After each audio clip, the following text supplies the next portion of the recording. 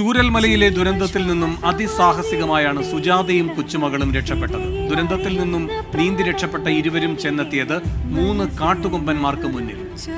പോയപ്പോ അവിടെ ആന മൂന്നെണ്ണം ഉണ്ട്. അതിലൊരു കവുങ്ങിന്റെ മരം ഉണ്ടായി. ആ മരത്തിനെ കെട്ടിപ്പിടിച്ചിട്ട് ഞാൻ ഈ ആനന്റെ മുഖത്ത് നോക്കിയിട്ട് പറഞ്ഞു ഒരു കൊമ്പനാണ്. അപ്പൊ ഞാൻ പറഞ്ഞു ഞങ്ങൾ വലിയ ദുരിതത്തിൽ നിന്നാണ് രക്ഷപ്പെട്ട് വരുന്നത്.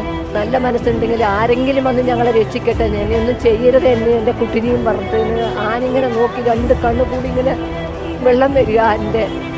ആന അവിടെ തന്നെ നിൽക്കുക. ഒരു ശല്യം ചെയ്തിട്ടില്ല, ഒന്നും അത് തിന്നിട്ടില്ല.